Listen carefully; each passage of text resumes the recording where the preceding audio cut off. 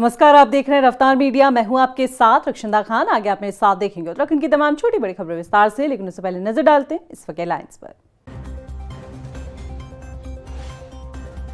उत्तराखंड में बीजेपी की राह पर चली कांग्रेस, जीत का नैरेटिव कर रही सेट। 27 में सत्ता वापसी की राह तलाश रही कांग्रेस।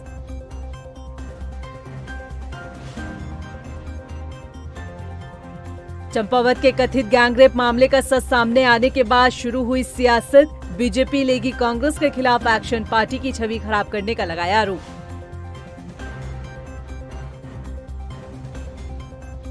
वक्फ संपत्ति को लेकर धामी सरकार की बड़ी तैयारी। उम्मीद पोर्टल पर संपत्ति दर्ज कराना जरूरी, नहीं करवाई दर्ज तो संपत्ति होगी सरकार की, नहीं चलेगी वक्फ की मनमानी। और रुड़की के ऐतिहासिक नेहरू स्टेडियम की बदलेगी काया, आधुनिक स्पोर्ट्स हब बनेगा स्टेडियम। सरकार ने 2 करोड़ 28 लाख रुपए की धनराशि की स्वीकृति।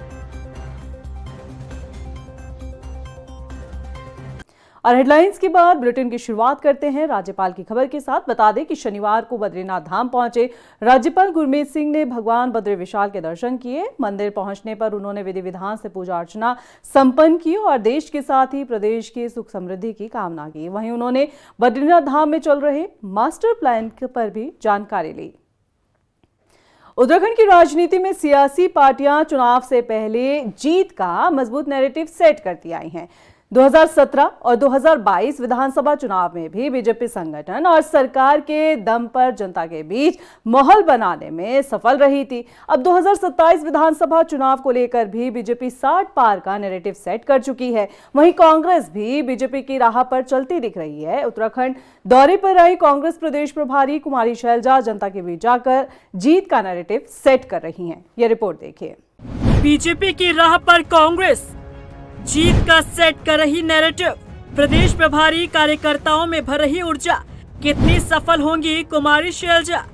2027 विधानसभा चुनाव से पहले राजनीतिक पार्टियों में हलचल तेज हो गई है। उत्तराखंड में बीजेपी के वरिष्ठ नेता दौरे कर चुके हैं, तो वहीं अब कांग्रेस आलाकमान भी 27 की चुनावी तैयारी से पीछे हटना नहीं चाहता। कांग्रेस प्रदेश प्रभारी इन दिनों उत्तराखंड के दौरे पर हैं। कुमारी शैलजा ने पार्टी नेताओं और कार्यकर्ताओं के साथ बैठक कर संगठन की तैयारियों का जायजा लिया। इस दौरान उन्होंने कार्यकर्ताओं में जोश भरते हुए कहा कि कांग्रेस एकजुट होकर जनता के मुद्दों को मजबूती से उठा रही है। प्रदेश की जनता बदलाव चाहती है। लोग बीजेपी सरकार की नीतियों से परेशान हैं और कांग्रेस को विकल्प के रूप में देख रहे हैं। आने वाले चुनाव में कांग्रेस मजबूती से सत्ता में वापसी करेगी। इस बार यहाँ की जनता ने मन बना लिया है, हमारे कांग्रेस के कार्यकर्ता ने मन बना लिया है कि इस बार सरकार कांग्रेस की बनेगी और भाजपा की कतई नहीं बनने देगी। कांग्रेस प्रदेश प्रभारी के दौरे को संगठन के लिए अहम माना जा रहा है। पार्टी नेताओं का कहना है कि इस दौरे से कार्यकर्ताओं में नई ऊर्जा होगी और आगामी चुनाव की रणनीति को भी धार मिलेगी। वहीं उत्तराखंड के पूर्व मुख्यमंत्री हरीश रावत का मानना है कि अब जनता सरकार बदलने का मन बना चुकी है। कांग्रेस जनता के मुद्दों को उठाने के साथ साथ उत्तराखंड में अब की बार कांग्रेस 45 के पार का नारा लगाएगी। जनता ने नैरेटिव सेट कर दिया। जनता बदलाव लाना चाहती है, बदलना चाहती है सरकार को। इसीलिए हमको हिम्मत पड़ी है कि हम ये नारा दें, बदलो बदलो भाजपा सरकार, कांग्रेस आपके 45 के पार। वहीं बीजेपी का कहना है कि कांग्रेस केवल सपने देख रही है। आगामी चुनाव में बीजेपी एक बार फिर मुख्यमंत्री पुष्कर सिंह धामी के नेतृत्व में सरकार बनाने का काम करेगी। वो अभी 5 राज्यों का चुनाव परिणाम सामने आया, तो कांग्रेस की प्रभारी अगर सपने देख रही है, सपने देखना गलत नहीं है, लेकिन 5 राज्यों के जो चुनाव का परिणाम सामने आया, उनमें 3 राज्यों में प्रचंड जीत भारतीय जनता पार्टी को जनता ने दी है। उसी प्रकार से उत्तराखंड राज्य में भी 2027 के चुनाव में 2022 के मुकाबले हम और अधिक सीटों के साथ प्रचंड जीत के साथ तीसरी बार सरकार बनने वाले हैं। आदरणीय पुष्कर सिंह धामी जी के नेतृत्व में हम तीसरी बार सरकार बनाएंगे। बीजेपी जहां 60 पार के लक्ष्य के साथ जनता के बीच माहौल बनाने में जुटी है, वहीं कांग्रेस सत्ता विरोधी लहर और जन मुद्दों के सहारे इस नैरेटिव को चुनौती देने की तैयारी कर रही है। देखना होगा 2027 चुनाव में किसकी मेहनत कितनी रंग लाती है। रफ्तार मीडिया के लिए देहरादून से सुशांत सिंह की रिपोर्ट। चंपावत के कथित गैंगरेप मामले का सच सामने आने के बाद अब पूरे प्रदेश में सियासत भी शुरू हो गई है। राजनीतिक पार्टियां एक दूसरे पर आरोप लगाती दिख रही हैं। बीजेपी अब कांग्रेस पर एक्शन लेने का प्लान बना चुकी है, क्योंकि बीजेपी का कहना है कि कांग्रेस ने पार्टी की छवि को खराब किया है। ये रिपोर्ट देखिए। चंपावत कथित गैंगरेप मामला, आमने सामने आई सियासी पार्टियां, कांग्रेस बीजेपी में आरोप प्रत्यारोप, कांग्रेस पर एक्शन के मूड में बीजेपी। चंपावत कथित गैंगरेप मामले में सच से पर्दा उठने के बाद इस मामले में सियासत गर्माती दिख रही है। बीजेपी और कांग्रेस आमने सामने आ गए हैं। कांग्रेस ने जहां पहले कथित गैंगरेप मामले पर सत्ताधारी पार्टी को महिला सुरक्षा के मुद्दे पर घेरा, तो वहीं अब सच सामने आने के बाद बीजेपी कांग्रेस पर एक्शन लेने की तैयारी कर रही है। बीजेपी का कहना है कि कांग्रेस ने पार्टी की छवि को खराब करने का काम किया है, चाहे अरविंद पांडे के पत्र का मामला हो या फिर नाबालिग से दुष्कर्म का झूठ। हर बार कांग्रेस ने झूठ का सहारा लेकर बीजेपी की छवि धूमिल की है।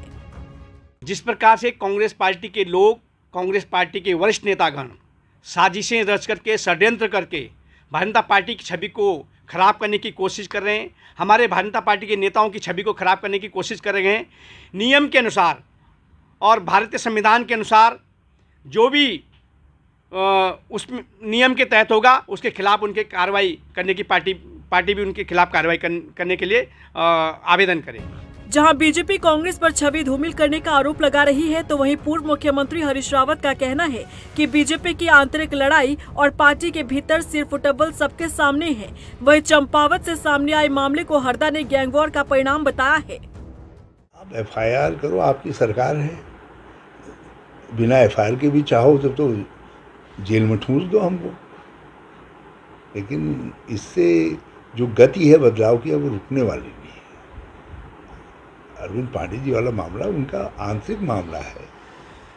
भाजपा के अंदर जो सरफुटवल है, उसका एक छोटा सा नमूना है। और सर्वत्र अब तो नीचे के लेवल तक भाजपा के अंदर झगड़ा साफ दिखाई दे रहा है।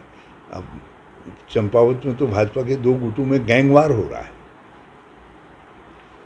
जो ये महिला वाला मामला आया है, ये भाजपा का आंतरिक झगड़े, आपसी गैंगवार का परिणाम है। बता दें कि कथित गैंगरेप की साजिश मामले में पुलिस ने पूर्व BDC सदस्य कमल रावत, उसकी महिला मित्र अर्जिता को गिरफ्तार कर लिया है। वहीं आगे की जांच जारी है, लेकिन इस बीच अब ये पूरा मामला सियासी रंग लेता दिख रहा है। बीजेपी और कांग्रेस एक दूसरे पर सियासी हमला करते दिख रहे हैं। रफ्तार मीडिया के लिए देहरादून से सुशांत सिंह के साथ ब्यूरो रिपोर्ट। चंपावत के कथित गैंगरेप मामले को लेकर बीजेपी महिला मोर्चा ने भी कांग्रेस की साजिश करार देते हुए मोर्चा खोल दिया है। कांग्रेस का पुतला दहन किया गया है। बीजेपी महिला मोर्चा की प्रदेश अध्यक्ष रुचि भट्ट ने कहा है कि कांग्रेस ने एक बच्ची को टूल किट की तरह इस्तेमाल किया है। रुचि भट्ट का कहना है कि इसका बुरा असर बच्ची की मानसिक स्थिति पर पड़ सकता है। इस घटना से लोगों में आक्रोश है। हम लोग भी इसी को प्लान कर रहे हैं। हम लोग जल्दी, मैं आपको बता रही हूँ, पुतला दहन भी हो गया। मीडिया के थ्रू भी हम ये बात रखते जाएंगे। हर जिले में लगभग ये कार्यक्रम हम लोग ले रहे हैं, क्योंकि जिससे आगे उनकी कभी भी ऐसी हिम्मत ना हो कांग्रेस की पार्टी, कांग्रेस के लोगों की, कि वो ऐसा षड्यंत्र फिर कभी किसी बच्ची को लेकर खासकर ऐसी रचने की कोशिश करें। तो इसके लिए हम लोग भी कार्यक्रम करने जा रहे हैं। उत्तराखंड में वक्फ संपत्तियों को लेकर धामी सरकार ने सख्त रुख अपना लिया है। सरकार ने साफ कर दिया है कि जो वक्फ संपत्ति केंद्र सरकार के उम्मीद पोर्टल पर तय समय पर दर्ज नहीं होगी, उन्हें अवैध कब्जा मानते हुए सरकार अपने नियंत्रण में ले सकती है। तो इसी बीच राजधानी देहरादून के अधोईवाला से वक्फ संपत्ति से जुड़ा एक पुराना मामला चर्चा में आ गया है, जिसने शासन प्रशासन के कान खड़े कर दिए हैं। रिपोर्ट देखिए। उत्तराखंड में वक्फ संपत्तियों को लेकर धामी सरकार ने बेहद सख्त रुख अख्तियार किया है। सरकार ने साफ कर दिया है कि जब तक वक्फ संपत्तियां केंद्र सरकार के उम्मीद पोर्टल पर दर्ज नहीं की जाएंगी, तब तक ये माना नहीं जाएगा कि संपत्ति वक्फ की है। इसी बीच राजधानी देहरादून में साल 2023 का वो मामला चर्चा में आ गया है, जिसमें रायपुर थाना क्षेत्र के चूना भट्टा इलाके के अधोईवाला में वक्फ संपत्ति कब्रिस्तान संख्या 8 पर बाहरी लोगों ने कब्जा किया हुआ है, जिसकी लिखित शिकायत स्थानीय निवासी इस्लामुद्दीन अंसारी ने बोर्ड से की है। शिकायत में बताया गया कि वक्फ जमीन पर करीब 200 मकान हैं और दुकानें भी बनी हुई हैं। जिस पर अब वक्फ बोर्ड ने संज्ञान लेते हुए करीब 70 से ज्यादा कब्जाधारियों को नोटिस भेजकर संपत्ति का मालिकाना हक दिखाने के लिए कहा है। इसके अलावा बोर्ड के अनुरोध पर जिलाधिकारी ने जमीन की पैमाइश का भी आदेश दिया है। उधर उत्तराखंड वक्फ बोर्ड के अध्यक्ष शादाब शम्स ने भी साफ कर दिया है कि जिन वक्फ संपत्तियों पर अतिक्रमण किया गया है उन तमाम वक्फ संपत्तियों को कब्जा मुक्त करवाकर उन पर गरीब मुसलमानों को घर बनाकर दिया जाएगा। मानना है कि आज भी लगातार वक्फ की संपत्तियों पर कब्जे हो रहे हैं, लगातार वक्फ माफिया सक्रिय और संपत्तियों को दर्ज नहीं कर रहा। तो ऐसे लोगों के खिलाफ मेरी माननीय मुख्यमंत्री जी से वार्ता हुई है, बहुत सख्त हैं। अब अल्पसंख्यक कल्याण मंत्री माननीय खजानदास जी से मेरा डिस्कशन हुआ है, उन्होंने कहा है बिल्कुल छोड़ना नहीं है जो अवैध तरीके से कब्जा करके बैठे। ये गरीबों का हक है, वो यतीम बच्चों का हक है, बेवा बहनों का हक है, जिसका कुछ नहीं है, जिनके पास उनका अधिकार है। तो उस संपत्ति को उन गरीब मुसलमानों को उनका हक देने का काम अब धामी सरकार करेगी। इन संपत्तियों को जो वक्फ माफिया या अवैध तरीके से जो कब्जा करके बैठे इनसे खाली कराएंगे और गरीब मुसलमानों को इसके ऊपर घर मिलेगा। बता दें कि प्रदेश में कुल 7,288 वक्फ संपत्तियां लिस्टेड है, 2,105 औकाफ संपत्तियां हैं। बाकी शेष 5,388 संपत्तियों पर मस्जिद, मदरसे, कब्रिस्तान, ईदगाह, मजार बनी है। लेकिन 1,597 वक्फ संपत्तियां ही उम्मीद पोर्टल पर दर्ज है। 5,691 वक्फ संपत्तियों का उम्मीद पोर्टल पर कोई लेखा जोखा नहीं है। इसके पीछे का कारण दस्तावेजों की कमी बताया जा रहा है, क्योंकि कई कब्जेधारियों के पास वक्फ जमीन से जुड़े वैध दस्तावेज नहीं है, जिसके कारण वो उम्मीद पोर्टल पर जानकारी अपलोड करने से बच रहे हैं। कुछ मामलों में जानकारी का भी अभाव है। हालांकि इसे सरकार ने कमजोर तर्क माना है, क्योंकि वक्फ संपत्तियों को दर्ज करवाने के लिए मुतवल्लियों को प्रशिक्षण दिया गया है। फिलहाल तो मुतवल्ली के पास 5 जून तक की मोहलत है। इसके बाद जो वक्फ संपत्तियां उम्मीद पोर्टल पर दर्ज नहीं होंगी उन्हें अवैध कब्जा मानकर सरकार चिन्हित करेगी। सरकार जमीन के रिकॉर्ड की जांच के बाद उस पर कब्जा ले सकती है। रफ्तार मीडिया के लिए देहरादून से ब्यूरो रिपोर्ट। रुड़की के ऐतिहासिक नेहरू स्टेडियम को अब आधुनिक स्पोर्ट्स हब के रूप में विकसित करने की तैयारी हो गई है। बता दें कि सरकार ने 2 करोड़ 28 लाख रुपए की धनराशि स्वीकृत कर दी है। तो वहीं कैबिनेट मंत्री प्रदीप बत्रा ने हवन पूजन के साथ स्टेडियम के पुनर्निर्माण कार्यों की नींव रखी है। इस मौके पर उन्होंने कहा है कि क्षेत्रवासी काफी वक्त से स्टेडियम के पुनर्निर्माण के कार्यों की मांग कर रहे थे, जिसे ध्यान में रखते हुए सरकार ने यह कदम उठाया है। इससे न सिर्फ खेल प्रेमी बल्कि स्थानीय लोगों में भी खुशी का माहौल है। वहाँ भूमि पूजन हुआ और माँ भारती से प्रार्थना करते कि जल्दी एक अच्छा स्टेडियम बने, ताकि हमारे जो प्रतिभावान बच्चे हैं जो यहाँ खेलने आते हैं वो लगातार यहाँ पर जो अपनी प्रतिभा को निखार सकें और आने वाले समय में वो कॉमनवेल्थ गेम्स में, नेशनल गेम्स में, इंटरनेशनल गेम्स में प्रतिभा कर सकें। ऐसा ये स्टेडियम हमारा एक धरोहर है। तो इसमें एक स्पोर्ट्स हब के रूप में ये विकसित हुआ। इसमें बास्केटबॉल, वॉलीबॉल से लेकर दंगल से लेकर और ताइक्वांडो से लेकर सभी बच्चे जो यहाँ पर आएंगे और खेलेंगे। और मैं समझता हूँ कि ये बहुत जल्दी स्टेडियम जो है अगले साल बनकर तैयार हो जाएगा। हल्द्वानी पहुंचे कैबिनेट मंत्री सुबोध उनियाल ने सुशीला तिवारी अस्पताल का औचक निरीक्षण किया। इस दौरान स्वास्थ्य मंत्री को अल्मोड़ा जाना था, लेकिन उनका काफिला अचानक सुशीला तिवारी अस्पताल के गेट नंबर 1 पर रुक गया। बताया जा रहा है कि यहां पहुंचने पर स्वास्थ्य मंत्री ने अस्पताल के वार्ड में जहां मरीज भर्ती थे उनसे उनका हालचाल जाना, स्वास्थ्य सेवाओं पर फीडबैक लिया। मरीजों से पूछताछ के बाद कैबिनेट मंत्री सुबोध उनियाल ने खुद भी अपनी जाँच को करवाया है।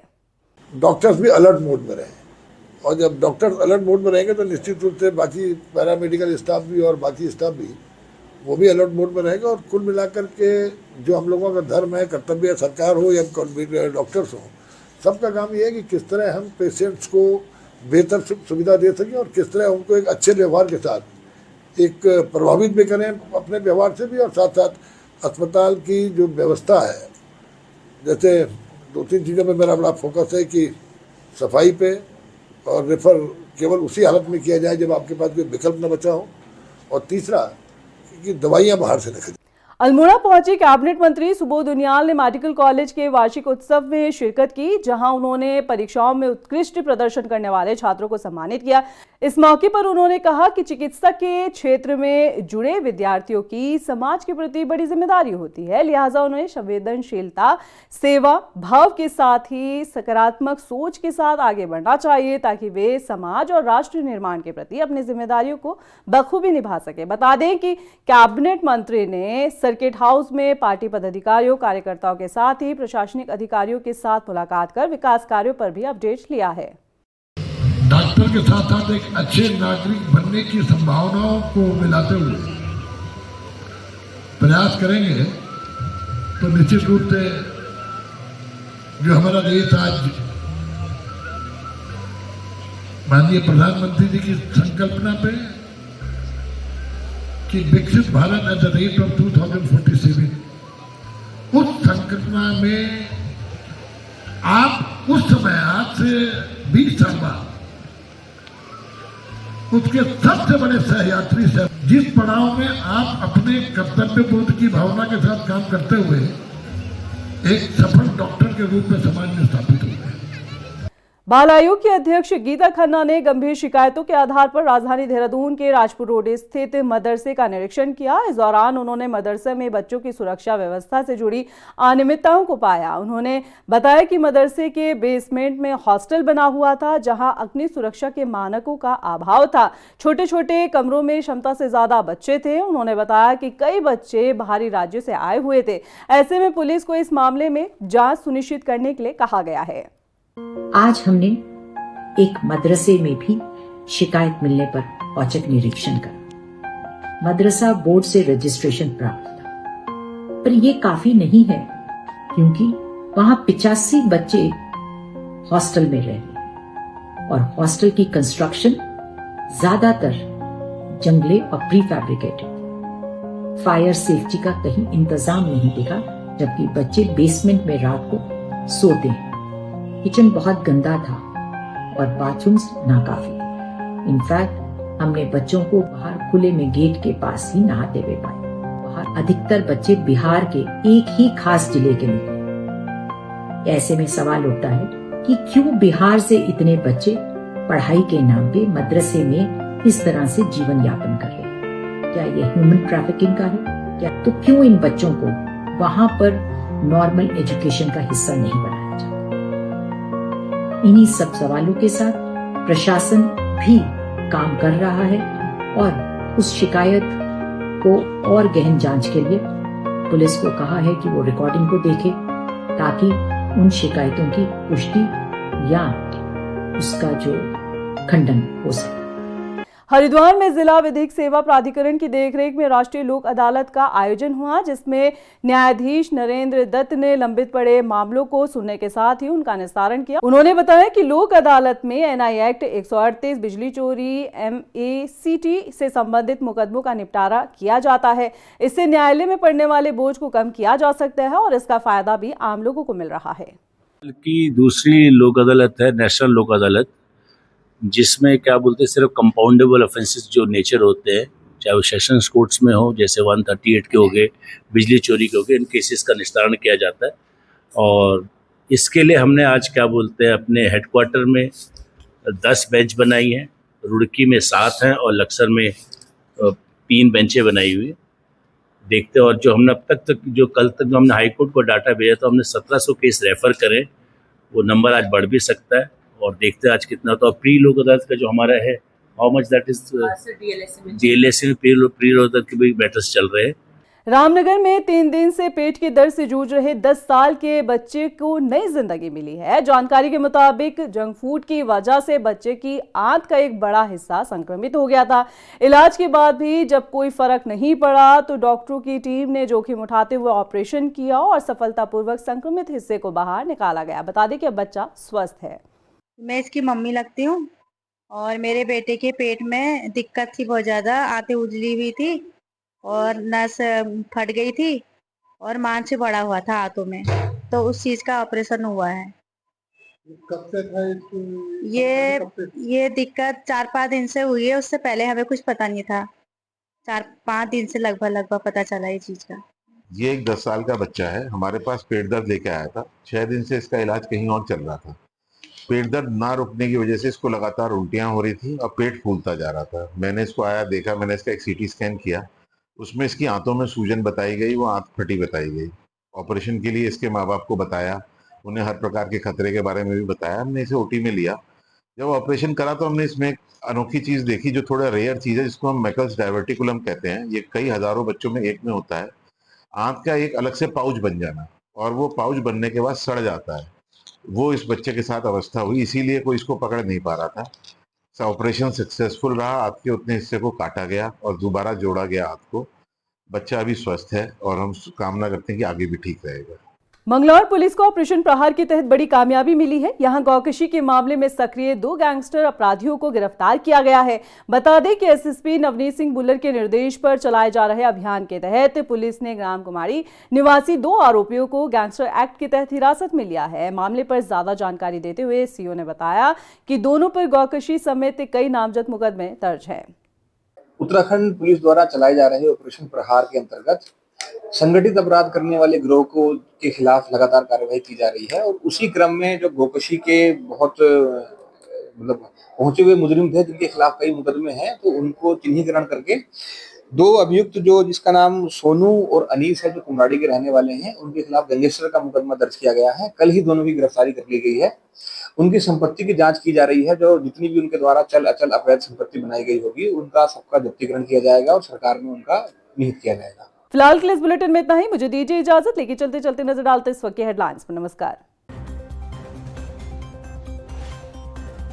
उत्तराखंड में बीजेपी की राह पर चली कांग्रेस, जीत का नैरेटिव कर रही सेट। 27 में सत्ता वापसी की राह तलाश रही कांग्रेस।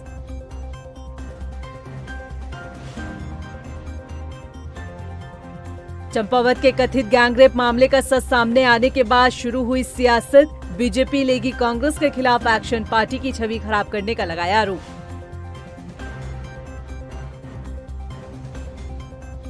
वक्फ संपत्ति को लेकर धामी सरकार की बड़ी तैयारी। उम्मीद पोर्टल पर संपत्ति दर्ज कराना जरूरी, नहीं करवाई दर्ज तो संपत्ति होगी सरकार की, नहीं चलेगी वक्फ की मनमानी। और रुड़की के ऐतिहासिक नेहरू स्टेडियम की बदलेगी काया, आधुनिक स्पोर्ट्स हब बनेगा स्टेडियम। सरकार ने 2 करोड़ 28 लाख रुपए की धनराशि की स्वीकृत।